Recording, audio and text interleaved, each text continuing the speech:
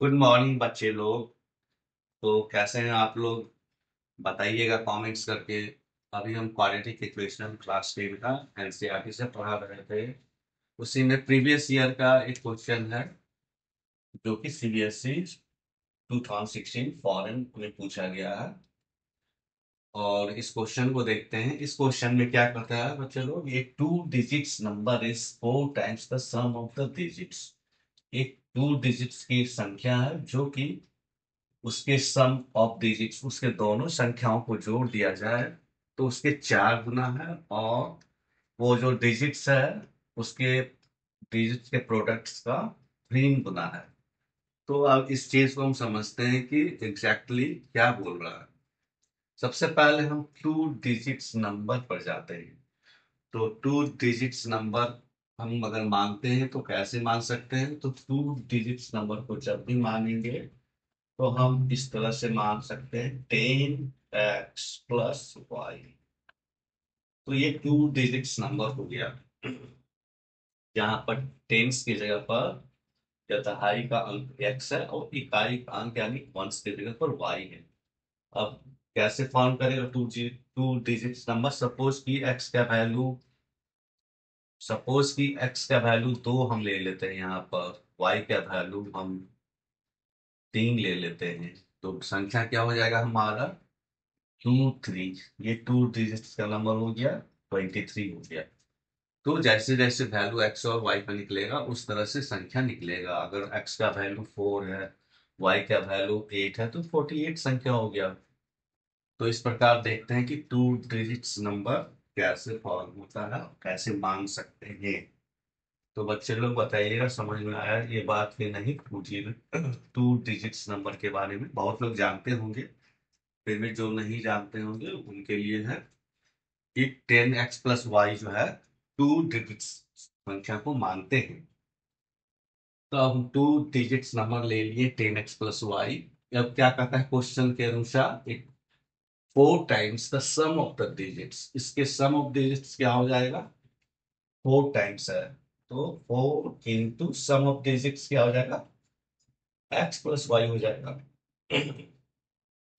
ये कह रहा है जो भी डिजिट्स है उसके डिजिट को जोड़ देना है। तो एक्स वाई डिजिट्स है तो x+y जोड़ दिए इसका। तो ये जो डिजिट्स है क्वेश्चन में कर रहा है कि 4 times sum of the digits है, तो ये बता रहा है पहला। तो ये एक इक्वेशन मान लेते हैं, ए रिलेशन ए हो गया। ठीक है। अब दूसरा में कहता है कि वो दो दो डिजिट्स नंबर है 10x+y। ये कहता है 3 times the product of the digits. तो ये कह रहा है कि डिजिट्स के प्रोडक्ट क्या हो जाएगा? x×y। ये प्रोडक्ट ऑफ डिजिट्स हो गया, इसका 3 टाइम है। तो ये 10x+y 3xy हो गया, ये मान लेते हैं रिलेशन बी हो गया। अब दो रिलेशन हो गया और दो अननोन एक्स और वाई है। तो हम जाते हैं, तो दोनों रिलेशन से एक्स और वाई का वैल्यू निकल जाएगा। अब हम रिलेशन ए से जाते हैं, रिलेशन ए के बारे में विचार करते हैं। तो फ्रॉम ए यहाँ लिखेंगे, फ्रॉम ए।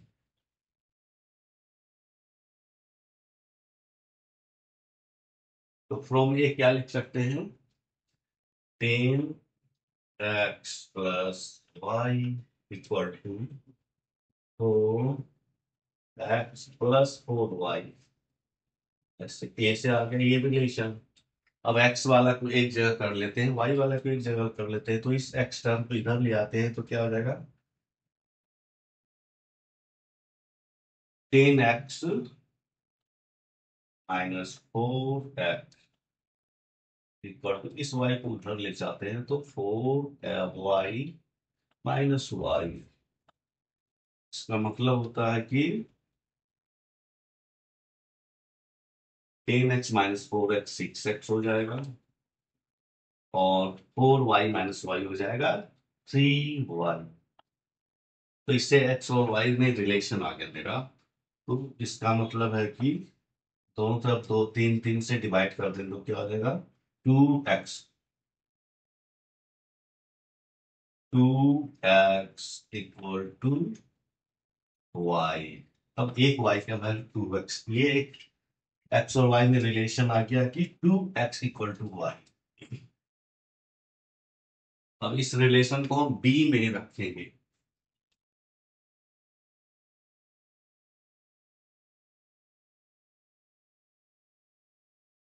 2x = y जो आ गया, तो y का जहां जहां यहाँ पर y है वहां पर 2x रख सकते हैं। तो यहाँ y है तो बी रिलेशन अब कहेंगे फ्रॉम बी। ऐसे कहते हैं कि फ्रॉम बी।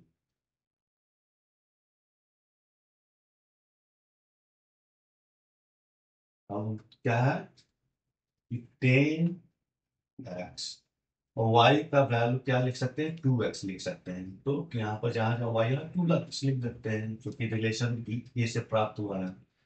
2x बराबर 3x, y की जगह पर 2x लिखते हैं। 2x, तो एक नया रिलेशन बन गया। अब एक्स सारा टर्म एक्स में आ गया मेरा, अब एक्स का वैल्यू निकल जाएगा। That means 10x + 2x 12x = 6x²। अब यहाँ पर क्या हो जाएगा,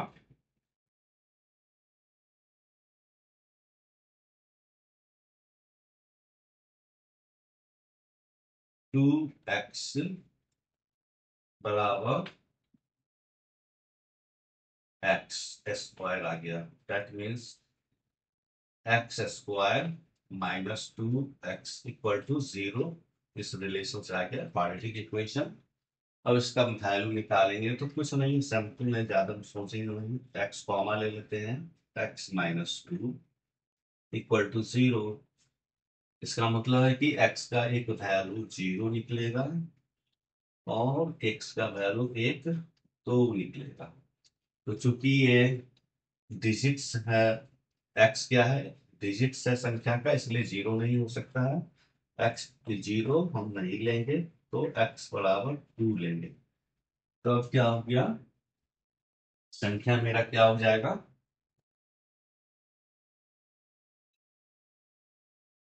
x का वैल्यू 2 निकल गया। फाइनली मेरा x का वैल्यू यही 2 निकलता है। अब संख्या मेरा क्या है, 10x + y। अब x का वैल्यू 2 लिखते हैं, तो संख्या हो जाएगा,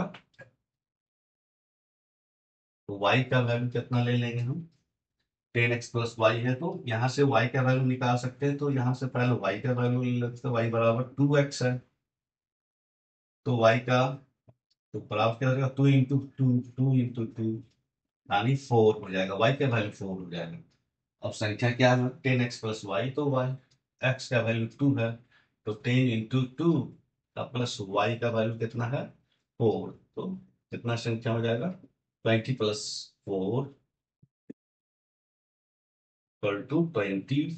तो मेरा रिक्वायर्ड जो संख्या यही 24 होगा। तो संख्या जो भी 2 डिजिट्स नंबर के बारे में पूछ रहा था, वो संख्या मेरा वो डिजिट्स नंबर 24 आया। अब क्वेश्चन में बैठाते हैं, तो कहता है कि इसका सम का 4 टाइम्स, तो इस दोनों को सम करें, 2 + 4 6। तो 6 कितना हो जाएगा, 4 टाइम्स है। 6 जो है 24 जो है 6 का 4 टाइम्स हो जाएगा। अब प्रोडक्ट का आ रहा है, तो प्रोडक्ट 8 हो जाएगा। तो 8 का 24 कितना है, 3 टाइम्स है। तो ये मेरा प्रूफ हो गया कि 24 मेरा सही आंसर है। तो समझ में आया बच्चों, लोग बताएं, अगर कुछ भी ना समझ में आया तो कमेंट करेंगे। क्वाड्रेटिक इक्वेशन एनसीईआरटी क्लास 10 का एक्सरसाइज 4.3 में कुछ क्वेश्चन दिए गए हैं। बाकी क्वेश्चन तो आसान है, एक ये क्वेश्चन है ये भी आसान है, लेकिन ये लैंग्वेज के रूप में थोड़ा लंबा लिखा हुआ है, तो इसको समझने का कोशिश करते हैं। क्वेश्चन दिया गया, is it possible to design rectangular mango grove whose length is twice its breadth and area is 800 metre square.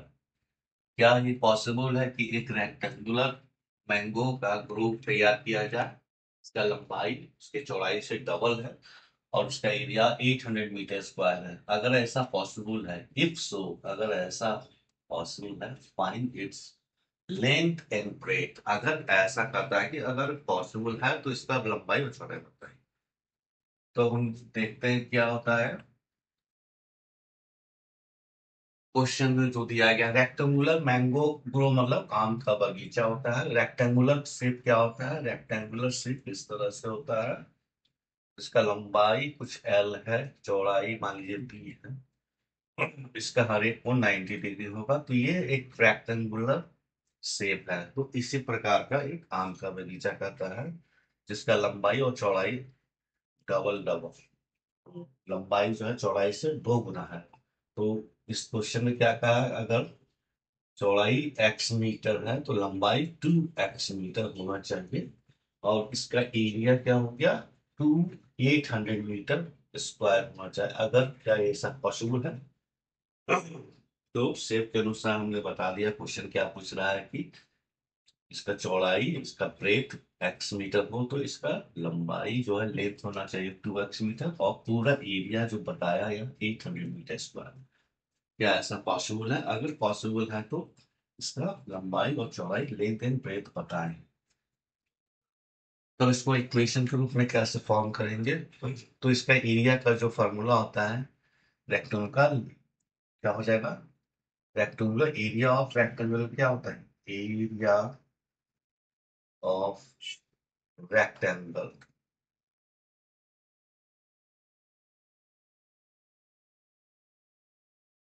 Area of rectangle क्या होता है, length into breadth, length into B R E A T, length into breadth होता है। एरिया क्या होता है, length into breadth, लंबाई इंटू चौड़ाई। जहां पर लेंथ ब्रेथ मीटर मीटर में है, सेंटीमीटर में, उससे कोई फर्क नहीं पड़ता। यहाँ पर मीटर में बताया है तो इसको भी मीटर में रख लेंगे, इसको भी मीटर में। अब चूंकि अगर हम सपोज यहाँ पर क्या देखते हैं कि लेट लेंथ मान लेते हैं, नहीं लेंथ नहीं मानेंगे, ब्रेथ मान लेते हैं। लेट छोटा वाला को मानते हैं ब्रेथ,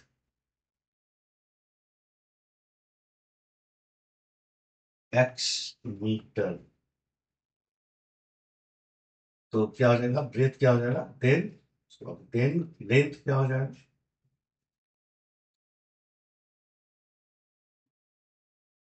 2x मीटर हो जाएगा। यहाँ पर भी क्या है, एक्स मीटर और 2x मीटर। तो इसका एरिया क्या हो जाएगा, एरिया क्या हो जाएगा,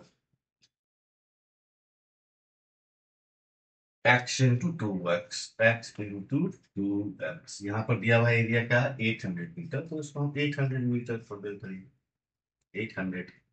इक्वेशन ये फॉर्म हो गया। तब इसके अंदर क्या हो गया, 2x स्क्वायर इक्वल टू 800, ये इक्वेशन आ गया। अगर इसका इस फ्रैक्शन का सॉल्यूशन निकलता है तो ये पॉसिबल होगा मैंगो का ग्रो बनाना, अगर इस इक्वेशन। अब यहाँ मिटा देते हैं, मिटा देते हैं। अब लास्ट में क्या इक्वेशन आया था मेरा, इक्वेशन आया था 2x square equal to 800 metre. इसको क्वाड्रेटिक इक्वेशन फॉर्म करें तो 2x square minus 800 equal to 0। ये क्वाड्रेटिक इक्वेशन हो गया, ये क्वाड्रेटिक इक्वेशन होगा। अगर इसका सॉल्यूशन निकलता है तो पॉसिबल है। तो सॉल्यूशन निकलेगा कि नहीं निकलेगा, इसके लिए क्या करते हैं, इसका डिस्क्रिमिनांट क्या होता है, कोई भी quadratic equation B square minus 4ac। Quadratic equation का सॉल्यूशन तभी निकलेगा जब ये ग्रेटर देन 0 हो। तो इसका बी स्क्वायर माइनस 4ac देखते हैं इस इक्वेशन में क्या होता है। तो बी यहाँ पर क्या हो जाए, हेयर क्या है, डी इक्वल टू 0 है। चूंकि बी वाला टर्म एक्स वाला टर्म नहीं है तो एक्स का कोफिशिएंट भी होता है, तो एक्स बी का तो यहाँ पर एक्स वाला टर्म है नहीं, इसलिए बी इक्वल टू 0 हो गया। बाकी ए बराबर कितना 2 है, सी बराबर 800 है। तो इसमें क्या करते हैं, निकाल के देखते हैं बी स्क्वायर माइनस 4। तो बी स्क्वायर बराबर क्या हो जाएगा, 0 स्क्वायर माइनस 4 4, ये माइनस लेते हैं, -4 ए के बदले यहाँ 2 है, 80 के बदले 800 है, और सी क्या है यहाँ पर माइनस में है, तो ये माइनस में ले लेते हैं, -800। इसका वैल्यू कितना हो जाएगा, इसका वैल्यू माइनस माइनस प्लस हो जाएगा। 4 4 इंटू टू 8 इंटू 8 64। इसका वैल्यू आ गया 6400। तो देख रहे हैं कि ये पॉजिटिव है इसलिए ग्रेटर देन जीरो, इसलिए ये क्वाड्रेटिक इक्वेशन का सॉल्यूशन पॉसिबल है। ये सॉल्यूशन पॉसिबल है क्योंकि 6400 इक्वल ग्रेटर देन जीरो है, इसलिए इसका सॉल्यूशन पॉसिबल है, इसलिए मैंगो ग्रुप भी बनेगा। इस रिक्वायरमेंट के अनुसार जो क्वेश्चन में कर रहा है ये मैंगो ग्रुप बन जाएगा। अगर बन जाएगा तो इसका कैसे निकालते हैं, इसको बन जाएगा तो इसका 2x² - 4 का, तो क्या देखते हैं यहाँ पर 2x² बराबर क्या हो जाएगा 800, x² बार क्या हो जाएगा 400। तो x बराबर क्या हो जाएगा, बराबर ये प्लस प्लस माइनस दोनों लेगा तो 4 रूट आ जाएगा इस पर। तो इसके अनुसार देखते हैं, तो x बराबर +20 और -20 भी आएगा। तो चूंकि माइनस में ये मैंगो ग्रुप का लेंथ लेंथ इन ब्रेथ बता रहा है, इसलिए -20 इज इनवैलिड हो जाएगा। x इक्वल टू x बराबर -20 नहीं ले सकते क्योंकि ये मैंगो ग्रुप का लेंथ और ब्रेथ का लंबाई बताता है, इसलिए पॉसिबल नहीं होगा, इसलिए x इक्वल टू 20। यानी कि x क्या माने थे हम, ब्रेथ माने थे, तो ब्रेथ हो जाएगा इसका 20 मीटर, और लेंथ क्या हो जाएगा ट्वाइस है 2x बराबर 2 × 20 बराबर 40 मीटर। ये हो जाएगा, तो लेंथ हो जाएगा 40 मीटर और ब्रेथ हो जाएगा 20 मीटर। यही इसका आंसर होगा।